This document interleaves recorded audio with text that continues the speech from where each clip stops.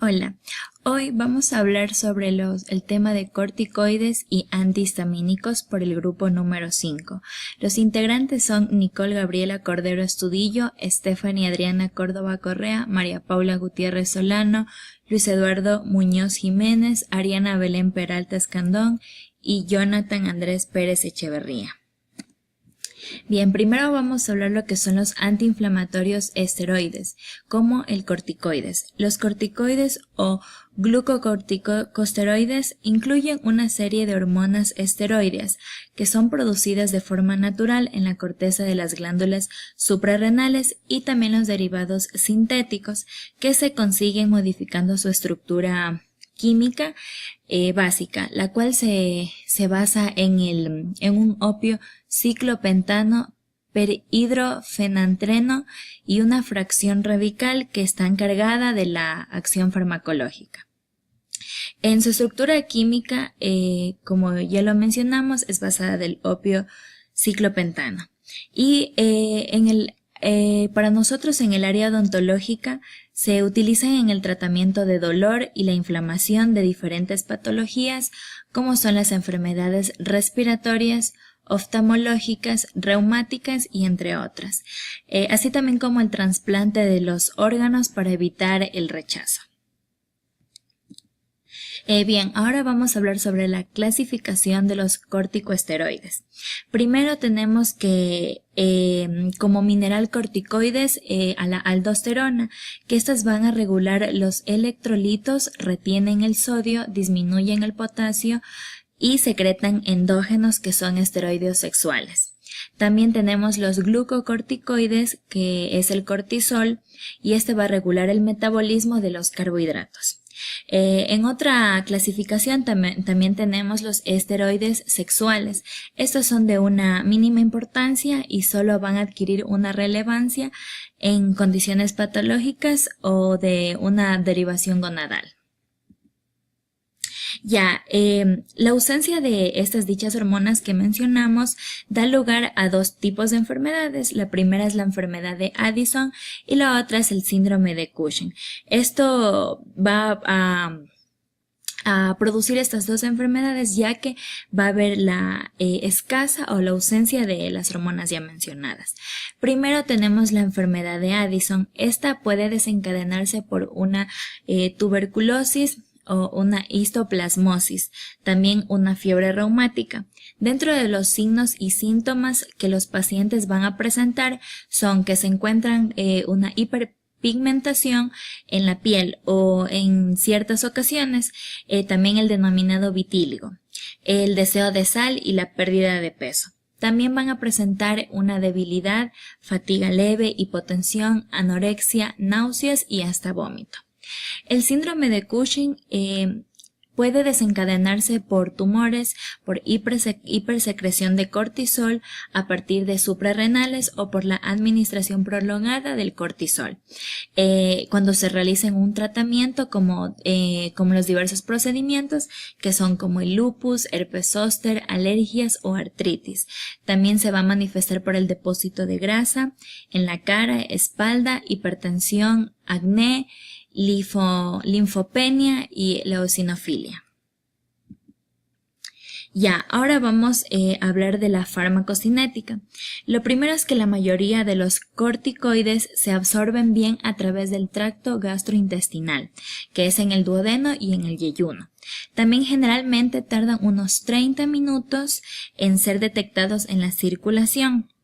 La administración oral suele ser la vía de elección para los tratamientos crónicos. Los corticoides administrados así van a pasar por el filtro hepático.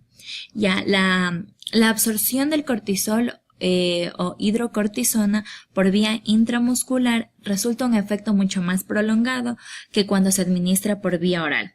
Y durante su absorción se encuentra unida a proteínas plasmáticas en un 90%. Hablando en cuanto a la metabolización, tenemos que se da mayormente en el hígado y en el riñón, con menos frecuencia y es excretado a través de la orina. Ya hablando de su mecanismo de acción, el hipotálamo va a activar una hormona que libera el corticotropina, que es CRH, y va a regular la secreción del CRH más la ACTH, la que se va a encargar de la liberación de hormonas suprarrenales, tanto sea de glucocorticoides como de mineralocorticoides. Así la secreción del glucocorticoides se va a relacionar directamente con la cantidad de ACTH liberada.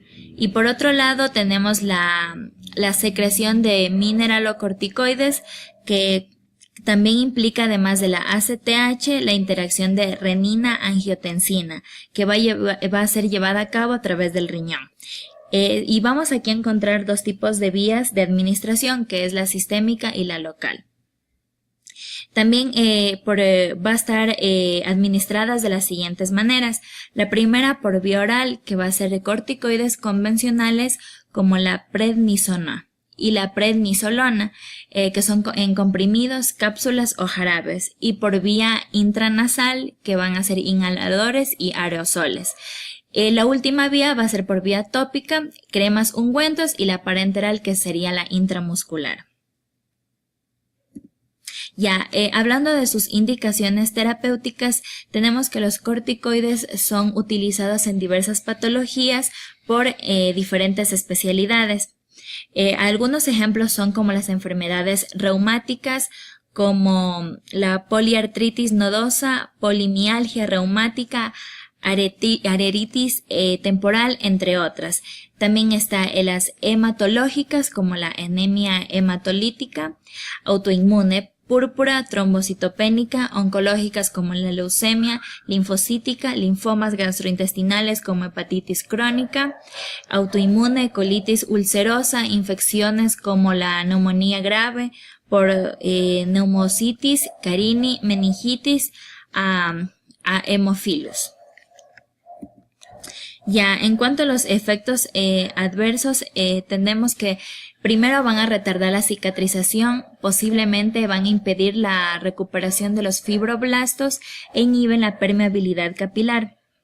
También van a favorecer a los procesos infecciosos, además del efecto desinflamatorio y la disminución de la respuesta inmune. También tenemos que ocasiona la hipertensión debido a que retiene el sodio, y por ello se tiene una precaución ante el uso de concomitante de anestésicos locales con efecto de vasoconstrictor. También vamos a tener que favorecen a las úlceras gástricas, porque estas van a disminuir la protección de la mucosa en el estómago, aumentando la producción de ácido y posibilitando la perforación y la hemorragia. También tenemos que provocan osteoporosis. La prescripción de corticosteroides inhibe el crecimiento óseo y la formación de la matriz ósea resultando en una falta de calcificación, y también va a producir un efecto durante el embarazo, que se han realizado varios estudios en animales. Y también posible insuficiencia adrenal y anormalidades leves en el desarrollo del recién nacido y la conducta del niño.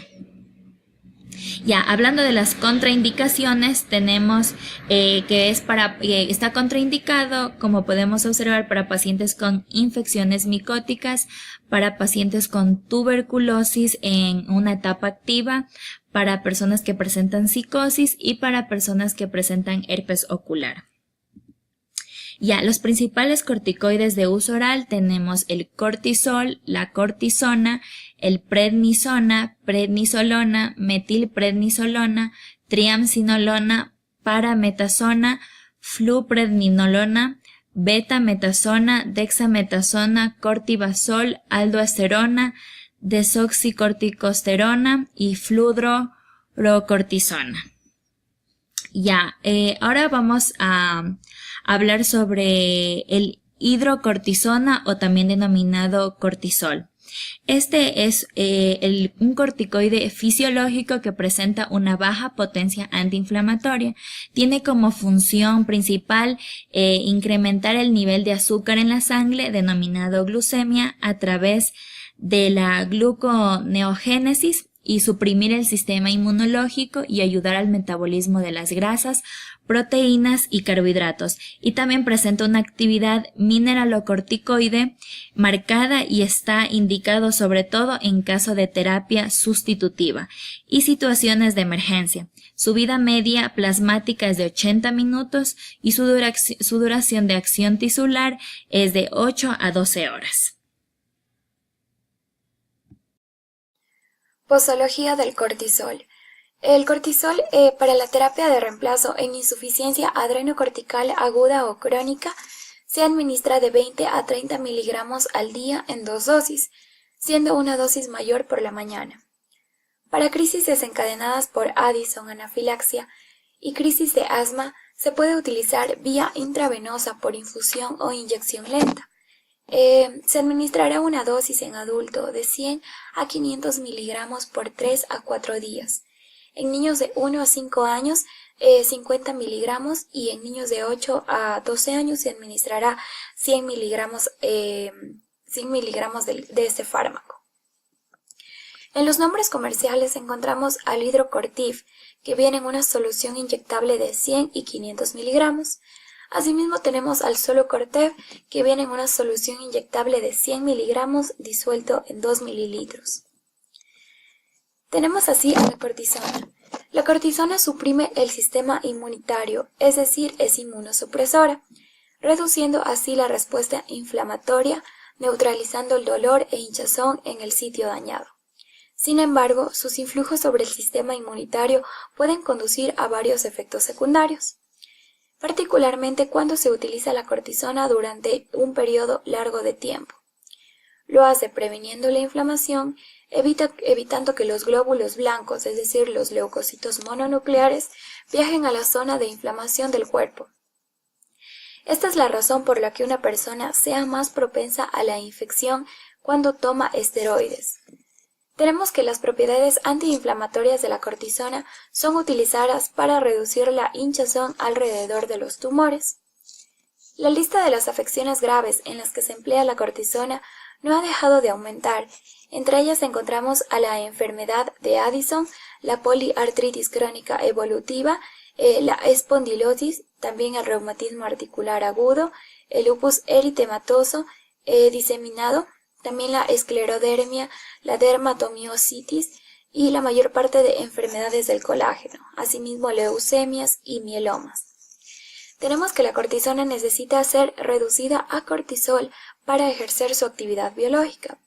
La concentración plasmática total oscila entre 200 y 20 miligramos por litro, y de esta solo un 5 al 10% se encuentra libre, pues circula casi todo unido a una proteína denominada transcortina.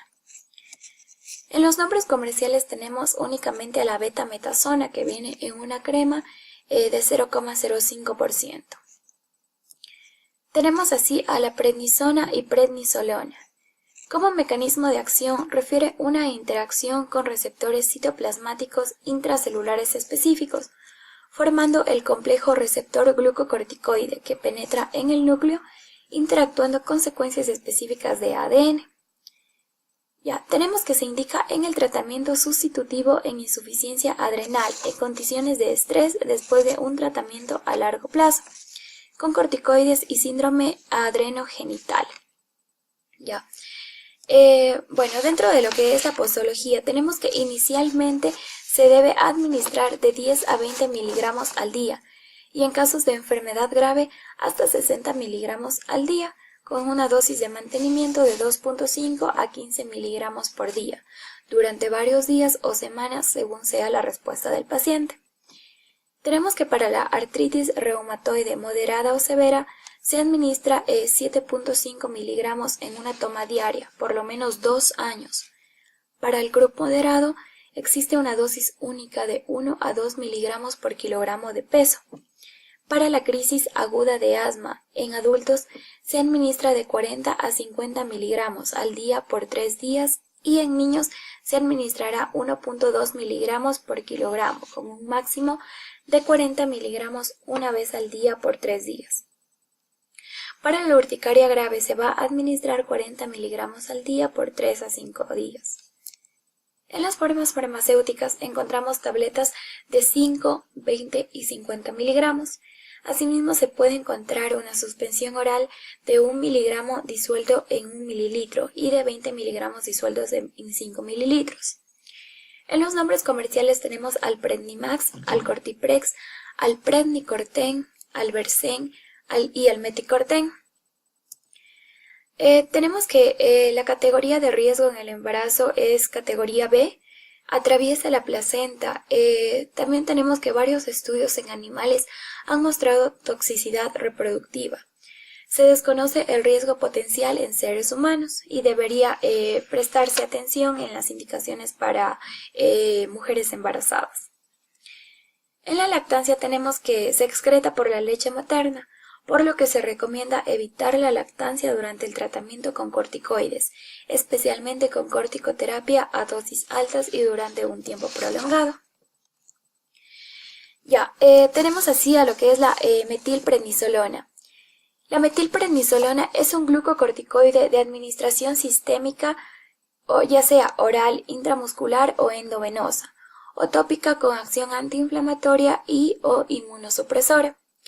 Su mecanismo de acción refiere a una interacción con receptores citoplasmáticos intracelulares específicos, formando el complejo receptor glucocorticoide, que penetra el núcleo interactuando con secuencias específicas de ADN, que estimulan o reprimen la transcripción génica de ARN mitocondrial, específicos que codifican la síntesis de determinadas proteínas en los órganos dianas.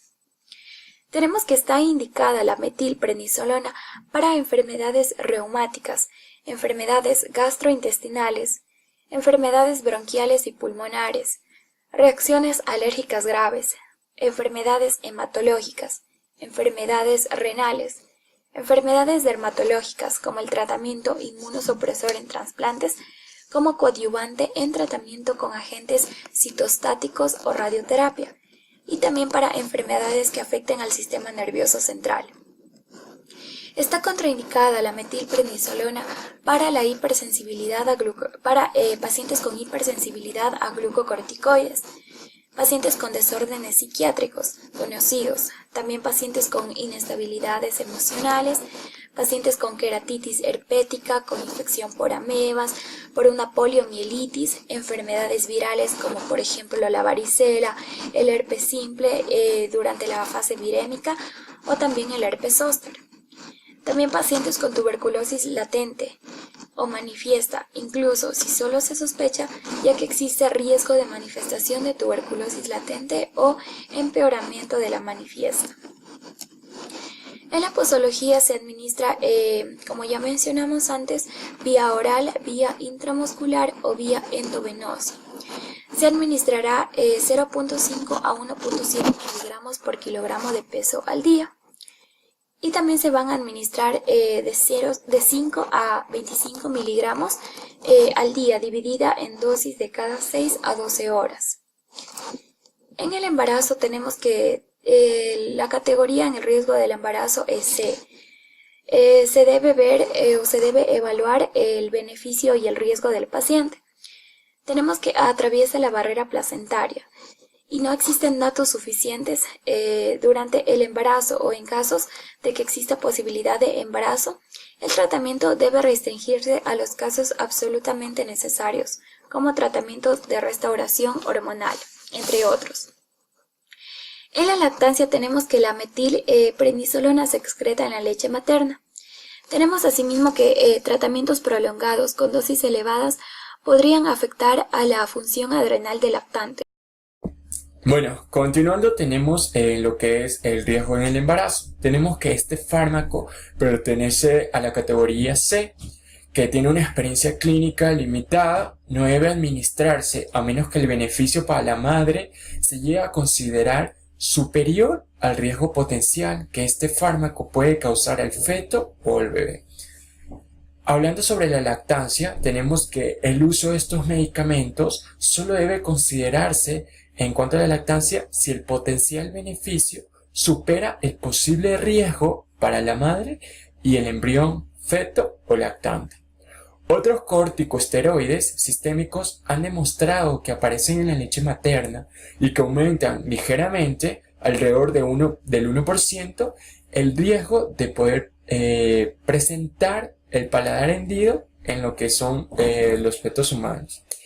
Por último, tenemos a las reacciones adversas que causa este fármaco. Puede producir lo que es infección, cefalea, cataratas y alguna reacción alérgica en el lugar donde se colocó la inyección. En el sexto punto de estos fármacos tenemos a la parametasona. En cuanto a su mecanismo de acción, este se lo utiliza como antiinflamatorio e inmunosupresor. También se ha utilizado en el tratamiento de las exacerbaciones de la esclerosis múltiple.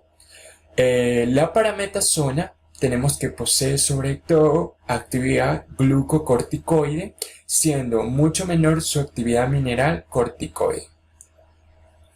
Hablando sobre la farmacocinética de este fármaco, tenemos que la parametasona es un derivado escasamente soluble que se absorbe lentamente pero completamente tras su administración intramuscular. La semivida plasmática de este fármaco va a ir de 3 a 4.5 horas y la semivida biológica va a ser de 36 a 54 horas. Tenemos que la parametasona se metaboliza en el hígado con una formación de metabolitos inactivos. Se elimina mayoritariamente por lo que es la vía renal. Tenemos las indicaciones terapéuticas. Este fármaco está indicado intramuscularmente para el caso de la artritis reumatoide, carditis reumática y reumatismos. También lupus eritematoso y dermatitis alérgicas.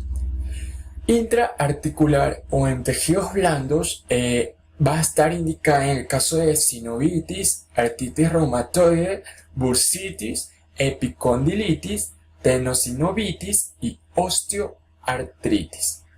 Intralesional tenemos indicada para lo que es queloides, líquen plano, neurodermatitis y el caso del lupus.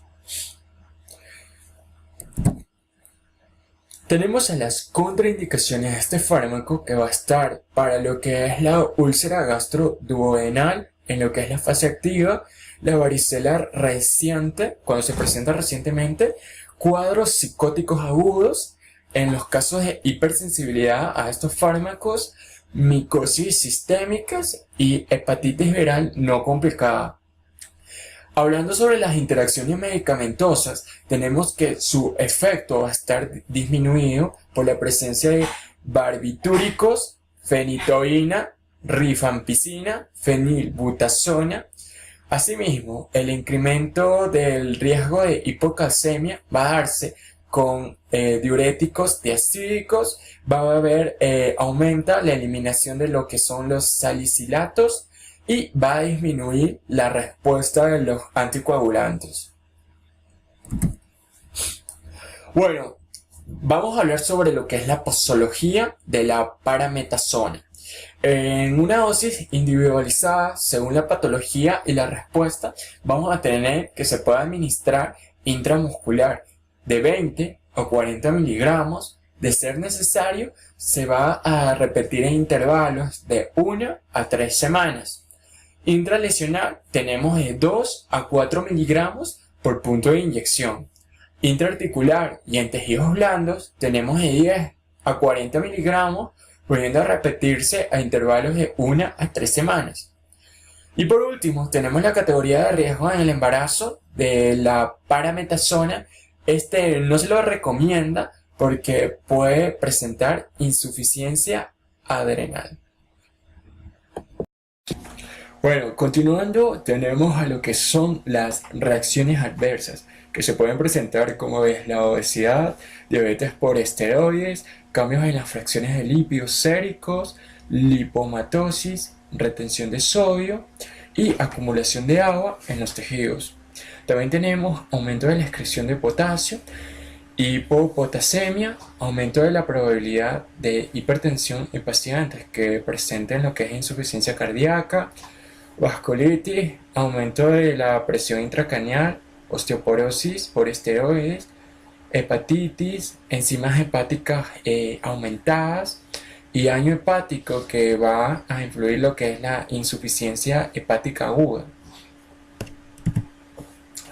Dentro de este grupo tenemos al quinto fármaco, que es la triamcinolona. Dentro de sus características generales tenemos que este tiene un potente efecto antiinflamatorio que va a intentar controlar lo que son los brotes lesionales durante 1 a 2 semanas, y si en este periodo no se aprecia una mejoría, se va a pasar a un corticoide de mayor potencia. Hablando sobre su mecanismo de acción, tenemos que este se refiere a que los corticoides endógenos son sintetizados por la corteza adrenal y sus efectos se deben a una modificación por la actividad de algunas enzimas, más que a un efecto hormonal propiamente dicho. Su tiempo de acción en el cuerpo va a ir en un intermedio de 12 a 36 horas y su vida media va a ser de 120 a 180 minutos. La dosis equivalente para este fármaco es de 4 miligramos al día. Su vía de administración es la vía oral y su biodisponibilidad va a ser del 23%. La unión a las proteínas va a tener un índice menor del 50% y su excreción va a ser del 15% por vía renal. Tenemos lo que son las indicaciones terapéuticas. Este fármaco, que es la triamcinolona, va a estar administrado por vía intramuscular en caso de una tiroiditis no supurativa, osteoartritis postraumática, enfermedades reumáticas, lupus eritematoso sistémico, la endocarditis reumática aguda, y así también como es el caso del PENFIL. También tenemos lo que se puede indicar para el caso de un eritema multiforme severo, el asma bronquial, la rinitis alérgica, herpes zóster oftálmico, hirtitis, sarcoides sintomática, varilosis, neumonitis por aspiración, así como lo que es la anemia hemolítica adquirida. También se da como para tratamiento con finalidad paliativa en el caso de leucemia y linfomas en lo que es los adolescentes y leucemia aguda en lo que es la infancia, así como estados edematosos. Este fármaco se lo va a administrar por vía intraarticular para lo que es sinovitis de osteoartritis, artritis reumatoide, bursitis aguda y sudaguda, artritis gotosa aguda, epicondilitis, tenosinovitis aguda inespecífica, osteoartritis postraumática, así también como para la oftalmopatía tiroidea. En la fase evolutiva se administra triamcinolona en 4 aplicaciones intraorbitarias semanales de 20 miligramos por órbita. Tenemos que tiene mayor eficacia administrarlo tópicamente y es importante mencionar que está contraindicado durante la lactancia. Hablando asimismo de sus contraindicaciones, tenemos que los corticoides no se deben administrar a pacientes con historia de tuberculosis, excepto cuando ya se prescriba al mismo tiempo un tratamiento antituberculoso que sea adecuado, así también como lo que son infecciones sistémicas, púrpura, trombocitopénica, idiopática, y en sí por lo que es la hipersensibilidad de estos fármacos. Bueno, tenemos a la posología. Tenemos que este fármaco se lo puede dar en dosis individualizadas según la enfermedad y la respuesta del paciente. Tenemos lo que es la dosis sistémica. Esta administración se va a dar en el caso de niños mayores de 12 años en una dosis inicial recomendada de 60 miligramos intramuscular profunda, especialmente en el músculo glúteo. Tenemos una dosis usual que va a ser de 40 a 100 miligramos, y en el caso de niños de 6 a 12 años tenemos una dosis inicial recomendada de 40 miligramos. Asimismo, tenemos lo que es por vía local, intraarticular o intrasinovial. Tenemos que se debe inyectar en cubierta de tendón de 2,5 a 40 miligramos según la articulación o el área a tratar y un máximo de 80 miligramos. Continuamos con la betametasona. La betametasona es un fármaco que tiene una pequeña actividad mineralcorticoide y se debe utilizar como tal en el tratamiento de insuficiencia adrenal. Como mecanismo de acción, las betametasonas reducen la inflamación al inhibir la liberación de las hidrolasas ácidas de los leucocitos. Es decir que esto previene la acumulación de macrófagos en lugares infectados, lo que ocasiona de tal manera una reducción del edema. Como farmacocinética, la betametasona se administra por vía oral, es absorbida rápidamente y los máximos niveles plasmáticos después de una dosis oral son alcanzados a cabo de 1 a 2 horas. Como interacciones terapéuticas incluyen para trastornos endocrinos, colitis ulcerosa, enteritis regional, leucemia y linfomas en adultos, leucemia aguda de la infancia, al igual que meningitis tuberculosa y triquinosis asociada a trastornos neurológicos o miocardíacos. Como contraindicaciones, la betametasona está contraindicada en infecciones micóticas sistémicas, hipersensibilidad, no se debe inyectar en articulaciones inestables ni zonas infectadas y tampoco en espacios intervertebrales. No se debe administrar por vía intramuscular en púrpura trombocitopénica idiopática. Como interacciones medicamentosas, el efecto es disminuido por barbitúricos, fenitoninas, rifampicinas y fenilbutazonas. Hay un aumento en la eliminación de los salicilatos. Hay una disminución en la respuesta de anticoagulantes.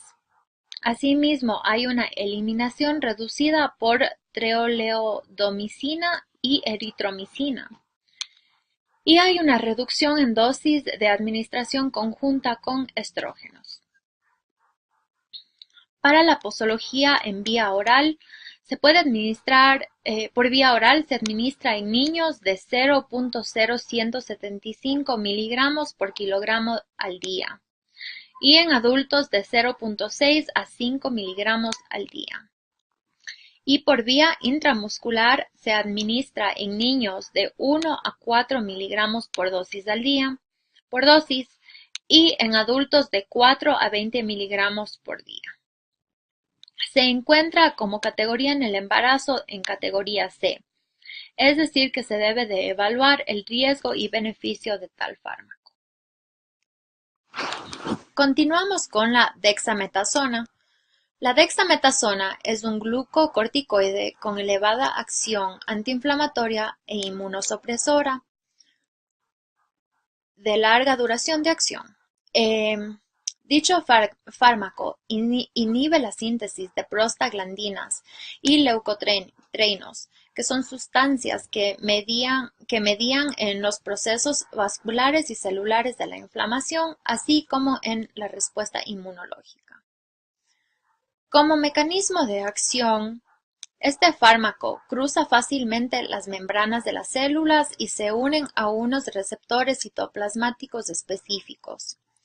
Esto induce una serie de respuestas que modifican la transcripción y por tanto la síntesis de proteínas. Estas respuestas son: 1. La inhibición de la infiltración leucocitaria en el lugar de la inflamación. Otra, la interferencia con los mediadores de la inflamación. Y la tercera es la supresión de respuestas inmunológicas.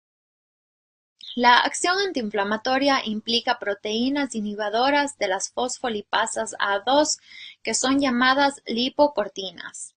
A su vez, las lipocortinas controlan la biosíntesis de una serie de potentes mediadores de la inflamación, como son las prostaglandinas y leucotrienos.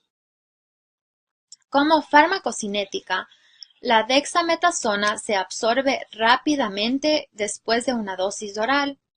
Las máximas concentraciones plasmáticas son obtenidas a cabo de 1 a 2 horas.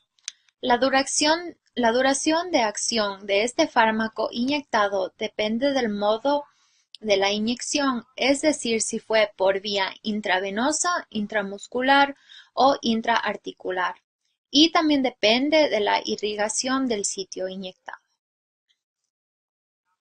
En la circulación sistémica, la dexametasona se une débilmente a proteínas plasmáticas, siendo activa la porción no fijada a proteínas. Este fármaco se distribuye rápidamente por los riñones, intestinos, hígado, piel y músculos. Los corticoides cruzan la barrera placentaria y se excretan en la leche materna. La dexametasona es metabolizada en el hígado originando productos inactivos que son eliminados a través de la orina. La semivida de eliminación es de 1.8 a 3.5 horas y la semivida biológica es de 36 a 54 horas.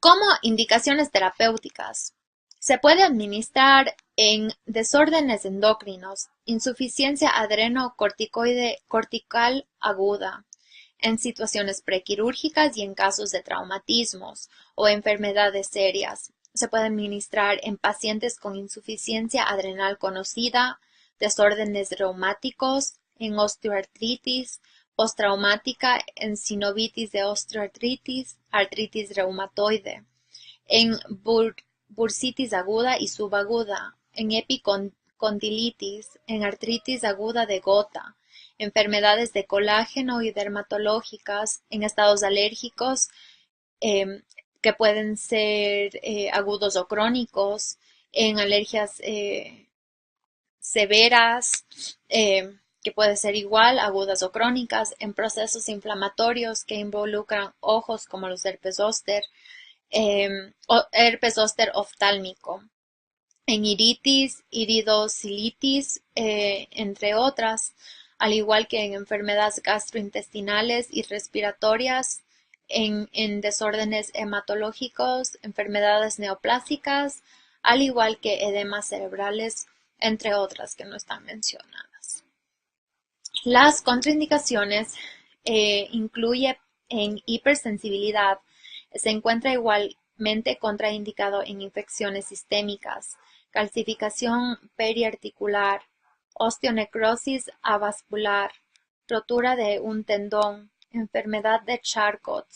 La infiltración sin tratamiento causada adicional está contraindicado cuando hay infecciones en el lugar donde se administra el fármaco. Como interacciones medicamentosas, la efedrina y el fenobarbital y la rifampicina disminuyen la actividad terapéutica de los glucocorticoides, lo que requiere optimizar la dosificación. Como reacciones adversas, incluyen alteraciones en líquidos y electrocitos, hay una reducción de sodio, paro cardíaco, alcalosis hipocaliémica e hipertensión. En reacciones adversas musculoesqueléticas hay una debilidad muscular, puede haber pérdida de masa muscular, osteoporosis o ruptura de tendones. En reacciones adversas gastrointestinales puede haber úlcera péptica con posible perforación y hemorragia subsecuente. Puede haber una perforación del intestino delgado y grueso, y en especial con pacientes con enfermedades inflamatorias del intestino, pancreatitis, distorsión abdominal, al igual que esofagitis ulcerativa. Para reacciones adversas dermatológicas se encontraría petecas y equimosis, eritemas, gran sudación, ardor y comezón, dermatitis alérgica, urticaria, edema angioneurótico.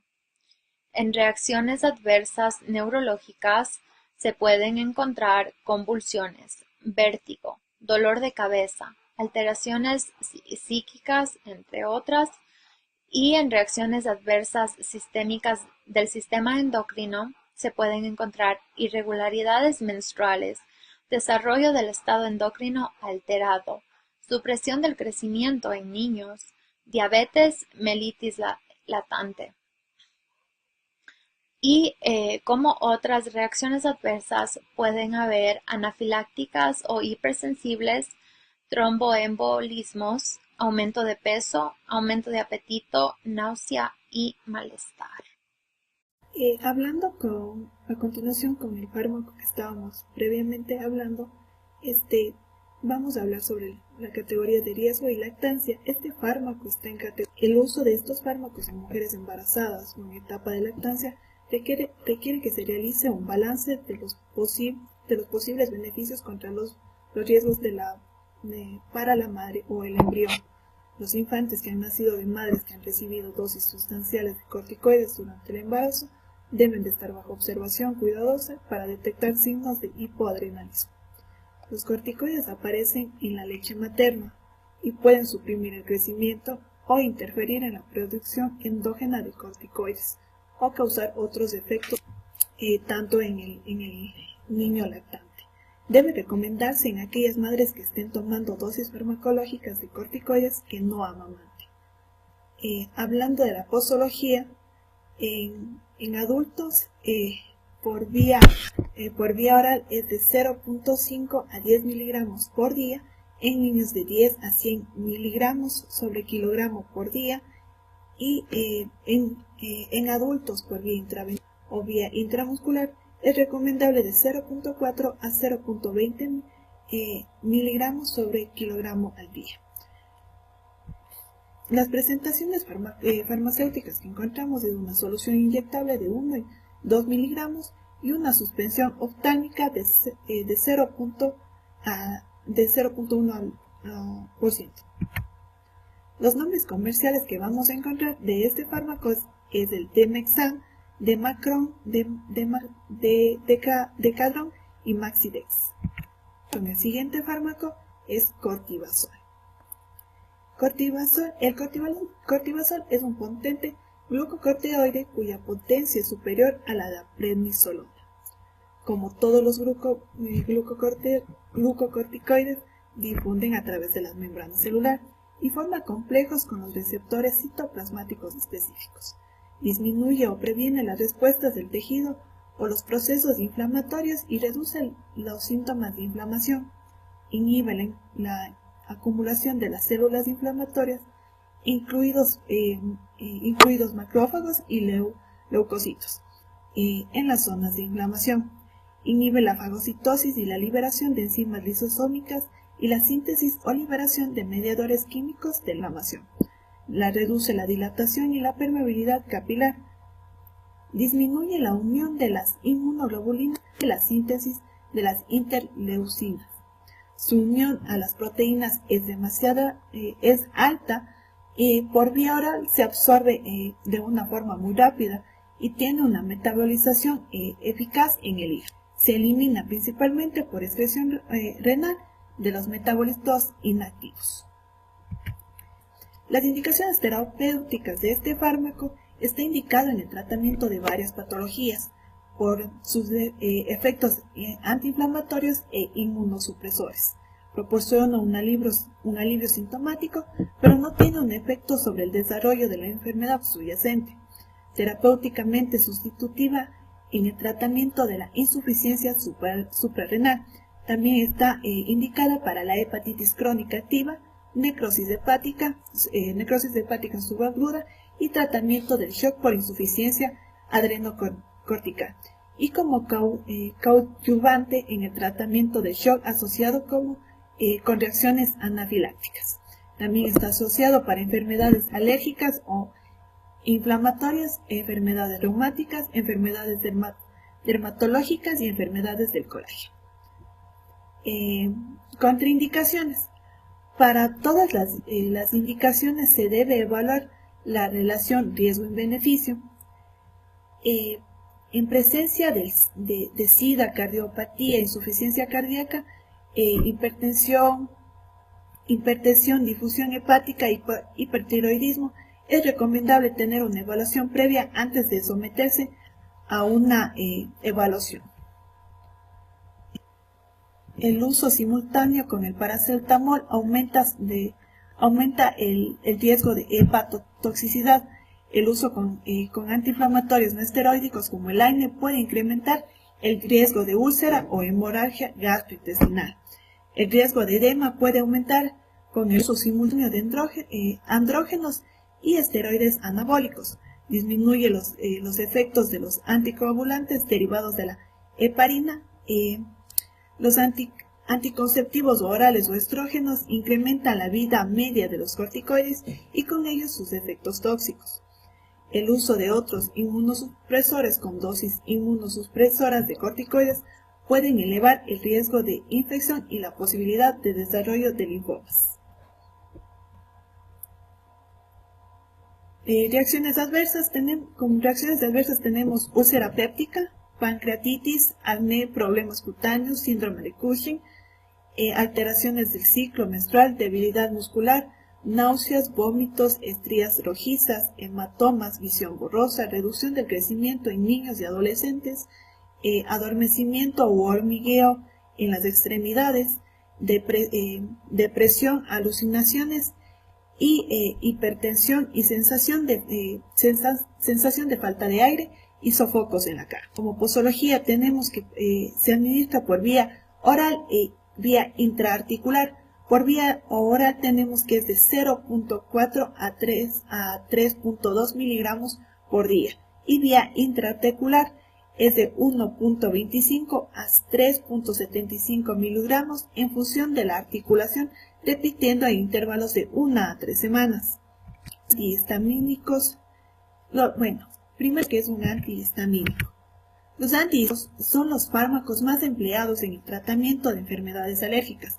Son uno de los medicamentos más administrados en la población en general y varios pueden adquirirse sin receta médica.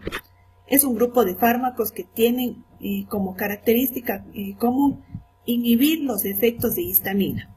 La histamina es una sustancia química procedente en todos los tejidos corporales y que intervienen en procesos fisiológicos, como reacciones alérgicas, secreción ácida del estómago o también a nivel del sistema nervioso central. Los antihistamínicos determinan gran parte de la sensación del hambre, los ritmos del sueño-vigilia y asimismo la histamina actúa a través de 4 tipos de receptores. Estos receptores son H1, H2, H3 y H4. Los antihistamínicos propiamente dichos son los inhibidores específicos de los receptores H1 y el término antihistamínico se reserva para estos fármacos, específicamente. También existen inhibidores de receptores de H2 que inhiben la secreción ácida del estómago y se usa en úlceras gástricas y enfermedades por reflujo. La clasificación de estos. Los antihistamínicos se clasifican en 6 grupos químicos y desde el punto de vista clínico se clasifican en antihistamínicos clásicos o de primera generación y antihistamínicos no sedantes o de segunda generación. Antihistamínicos clásicos de primera generación. Son los fármacos que penetran el SNC. ¿Qué es el SNC? Sistema nervioso central, y son poco selectivos en sus acciones. Causan varios efectos indeseables como sedación, somnolencia, aumento del apetito y efectos de sequedad en la boca, visión borrosa y estreñimiento, o muchas ocasiones puede dar la retención de orina. Algunos efectos se han utilizado con fines terapéuticos como las acciones de inhibición del vómito o el mareo y la acción de secar las mucosas para aliviar el goteo nasal. Por lo general, los antihistamínicos clásicos se transfieren rápidamente en el hígado, derivados a que sean inactivos, así que es necesario tomarlo de 3 a 4 veces. Alguno puede usarse por vía parenteral o intramuscular o intravenosa, lo que fomenta su empleo de urticaria y otras reacciones alérgicas. Los antihistamínicos clásicos más usados son la difenhidramina, que es empleado como antihistamínico derivado del demihidrato, es usado para el mareo del movimiento. La clorfen es el único antihistamínico utilizado por vía parenteral. Tenemos la mastina, la hidroxina, que es empleada como hipnótico, y la astatadina y la citoprocidina y la ketotifen. Bien, ahora continuando con los antihistamínicos no sedantes de segunda o de segunda generación, tenemos que estos van a actuar mayormente y selectivamente sobre los receptores H1. Van a penetrar lo que es el sistema nervioso central, por ello se consideran más seguros en tanto al rendimiento laboral, escolar, al momento de conducir un vehículo y otras actividades diarias que van a depender de la somnolencia y lasitud. Recordemos que lasitud refiere al estados de somnolencia y de falta de fuerzas. Tenemos que estos medicamentos van a presentar menos interacciones medicamentosas referente a los fármacos clásicos. Sus características farmacológicas van a permitirnos el uso de estos en 2 únicas diarias.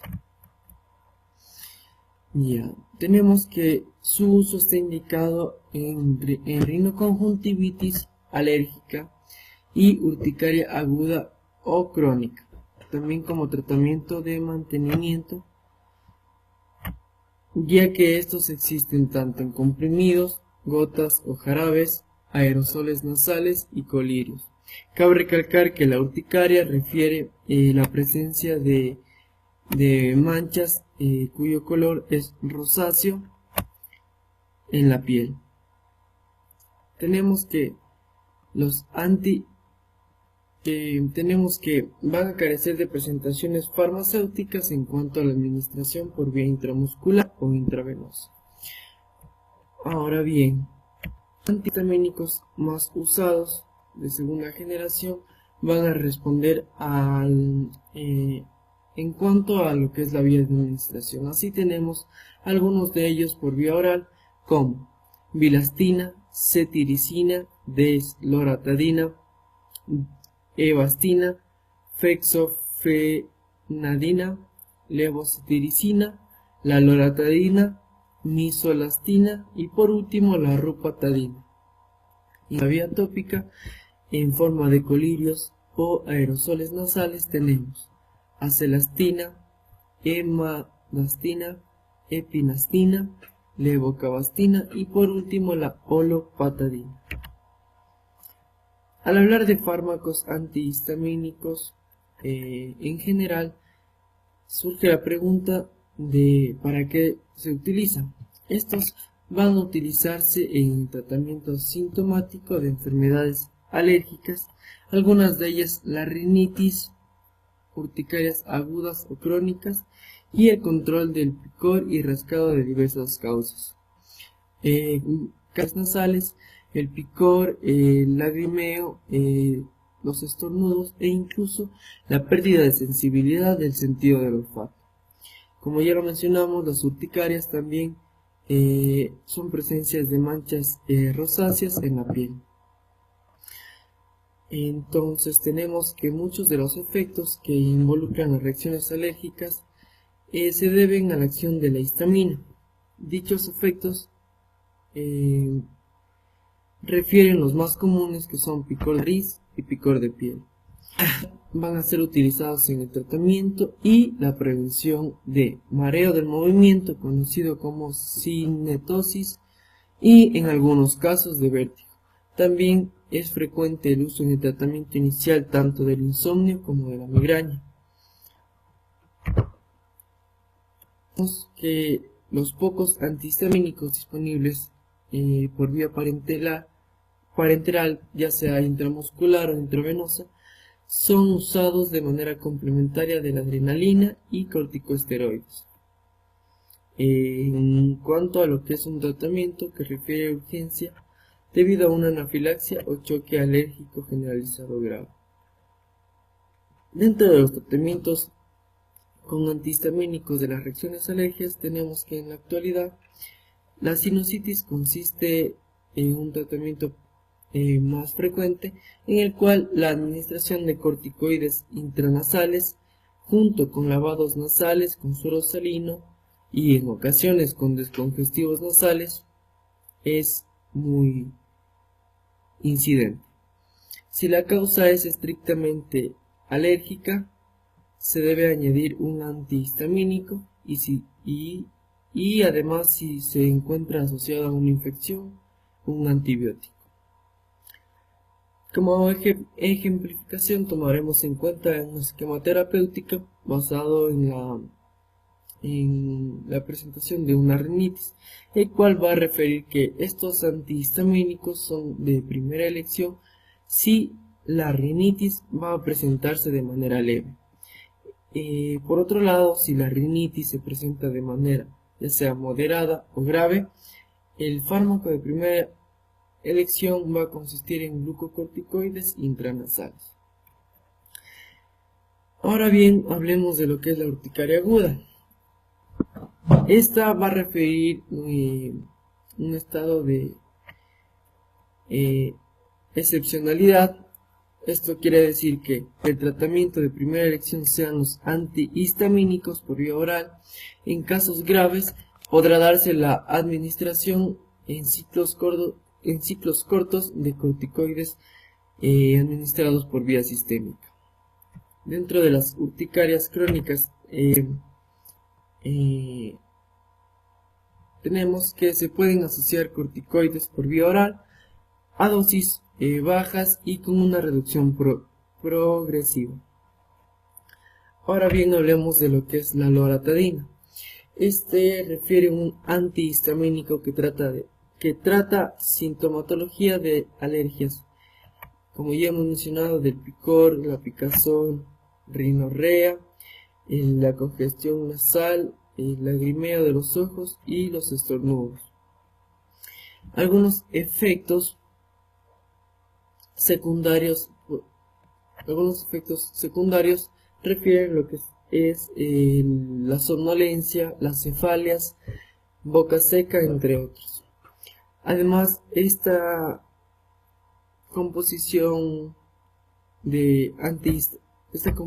antihistamínica se ve contraindicada para niños menores de 2 años. Ya. Ahora bien, vamos a abordar lo que es la anafilaxia, dentro del cual tenemos 4 aspectos, los cuales el primero va a referir que es un simpático mimético, refiriendo lo que es la epinefrina, una sustancia derivada de la adrenalina, por inyección intramuscular mediante la inyección de la epinefrina. El segundo aspecto refiere a lo que son las funciones vitales, las cuales nos menciona que va a existir un mantenimiento de las vías aéreas de manera abierta, en donde va a existir la administración de oxígeno a través de una mascarilla, restableciendo lo que es la presión arterial, para lo cual recordemos que es necesario tumbar al paciente al suelo y elevarle los pies. El tercer aspecto nos refiere al antihistamínico, como la clorfenamina. Se va a dar por una administración intravenosa que va a tener una duración de 1 minuto. En adultos va a referir una posología de 10 miligramos que puede repetir si es necesario. El cuarto aspecto refiere a lo que son los corticoides. Uno de los más frecuentes, que es la hidrocortisona, que va a tener una administración, recordemos, intravenosa de manera lenta. En adultos, este va a referir una posología o dosis de 100 a 300 miligramos. Dentro de lo que son lactantes hasta de un año, va a necesitarse una dosis de 25 miligramos. Ahora bien, existen dos tipos de rangos. En el rango de 1 a 5 años va a administrarse en una dosis de 50 miligramos, y en el rango de 6 a 12 años se puede administrar 100 miligramos. En cuanto a lo que son los líquidos por vía intravenosa, debemos mencionar que hay que iniciar una infusión con cloruro sódico, la misma que deberá ser de 0.5 a 1 litro durante la primera hora. Existe el caso que si el paciente presenta síntomas similares del asma, se deberá administrar salbutamol entre 2.5 a 5 miligramos por nebulización o aminofilia, referente a 5 miligramos por kilogramo, dado en inyección intravenosa durante 30 minutos. Bien, hemos llegado al término de nuestra pequeña exposición. Esperamos que les haya gustado, que no hayan quedado dudas por responder. Hemos tratado de abordar de la manera más adecuada el tema de los corticoides y los antihistamínicos. Cualquier sugerencia, recomendación o un aporte constructivo será muy bien recibido. Y si les gustó el video, denle like, manito arriba y suscríbanse a nuestro canal. Gracias por su tiempo.